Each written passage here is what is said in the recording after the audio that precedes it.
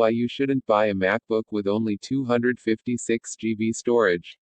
When Apple unveiled the first MacBook Pro with Retina display in 2012, it shipped with 256 GB of flash storage at minimum. Nearly a decade later in 2020, the entry-level MacBook Pro still only includes 256 GB of storage, unless you upgrade it. Meanwhile, in 2012, the iPhone 5 shipped in 16 GB, 32 GB, and 64 GB variants. In 2020, the iPhone 11 is available in 64 GB, 128 GB, or 256 GB flavors. So why has Apple put the MacBook on a diet? And is 256 GB of space enough? A lot of the time, we expect the price of technology to fall as it becomes more prevalent. But in the case of components like memory and storage, that's not always the case. Scarcity is one of the biggest drivers of price hikes in the tech space. Think of how expensive video cards were during the cryptocurrency mining hype of 2017 and 2018. Though the price of SSD storage has fallen overall during the last decade, there have been some notable price hikes too. After prices plummeted in December 2016, some manufacturers hiked prices by high percentages at the start of the following year. Price rises can be attributed to shifts in manufacturing techniques, increasing raw material costs, demand for components in other industries, and freak weather events like the flooding in Thailand that occurred in 2011. Has Apple been hit by the volatile price of computer memory and SSDs? Sure, but the company has much more bargaining power with manufacturers than consumers and most retailers. This is likely why we've only seen small increases in iPhone storage, like a 64 GB baseline taking over from 16 GB and 32 GB, rather than larger leaps in base storage for MacBooks, like moving to 512 GB or even 1 TB. Apple's high-end offerings, like the iMac Pro, come with a 1 TB solid-state drive as standard now. But these machines are extremely expensive. The iMac Pro starts at a staggering $5,000, hardly anyone needs that aside from creative professionals. Meanwhile, an upgrade to a 1 TB SSD adds $400 to the $1,299 you're already paying for a 13-inch MacBook Pro. In spite of the cost, Apple should still provide more than a measly 256 GB in its flagship laptop. If you're buying any model of MacBook and plan to use it as your main machine, buy a model with more than 256 GB of storage.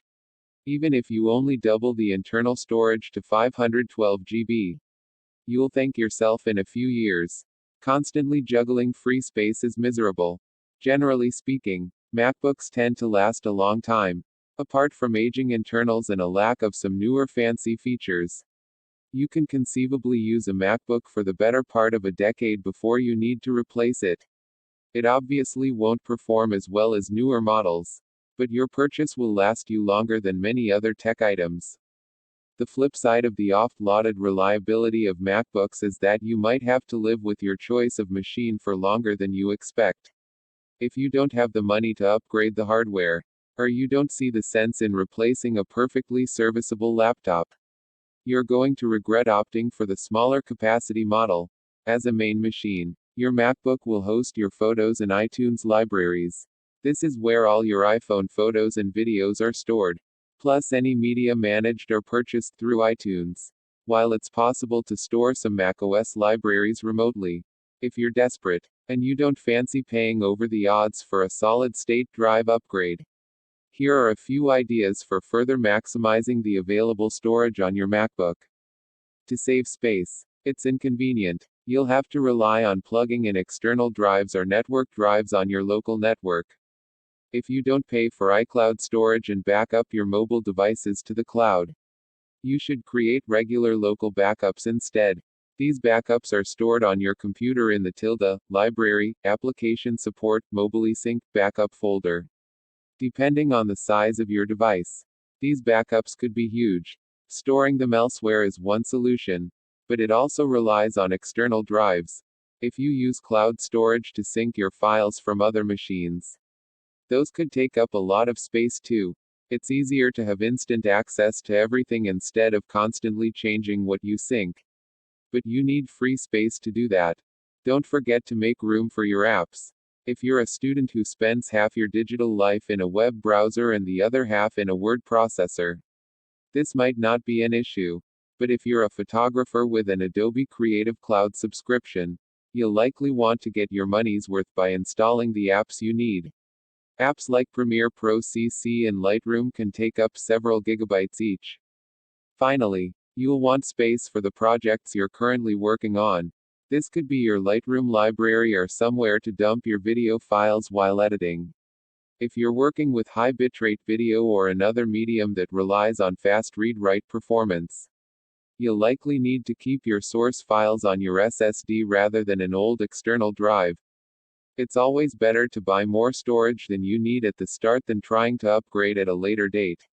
While you can increase your storage by replacing the drive on older models, most MacBooks from 2016 and later are not user upgradable. The latest MacBook Pro models include soldered RAM, a glued-down battery, and a proprietary solid-state drive which Apple does not make available outside its own channels. It's possible we'll eventually see compatible SSDs hit the gray market. But they likely won't be cheap when they do. You also need to perform the upgrade yourself.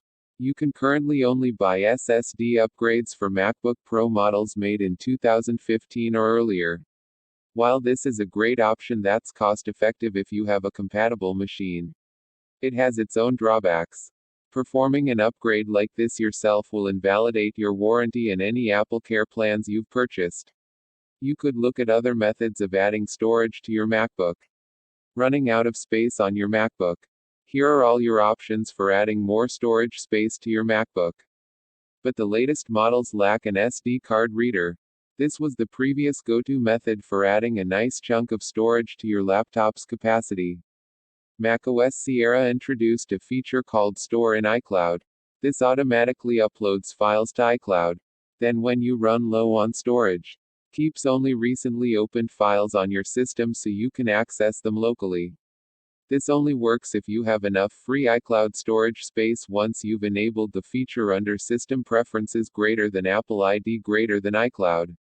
Similarly, iCloud Photos offers to store your high-resolution photos so you can optimize local space with lower quality copies.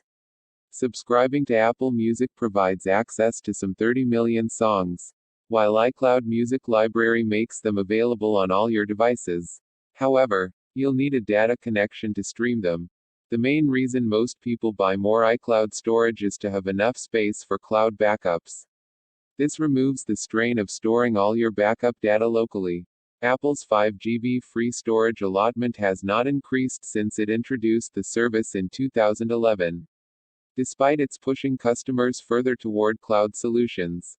If you already have a desktop or other primary computer, MacBook storage is much less of a concern.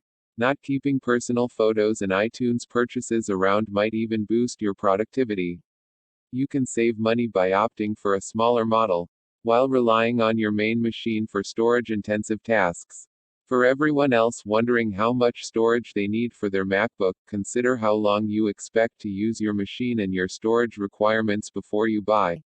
512 GB of space is decent if you don't plan to install big apps or keep huge photo, video libraries around. If you do, get at least 1 TB. Otherwise, you'll have to add more MacBook space by relying on external drives. The cloud, and network storage. Running out of storage space on your Mac. Here are several ways to free up space on Mac and reclaim your drive space. Text source, makeuseof.com.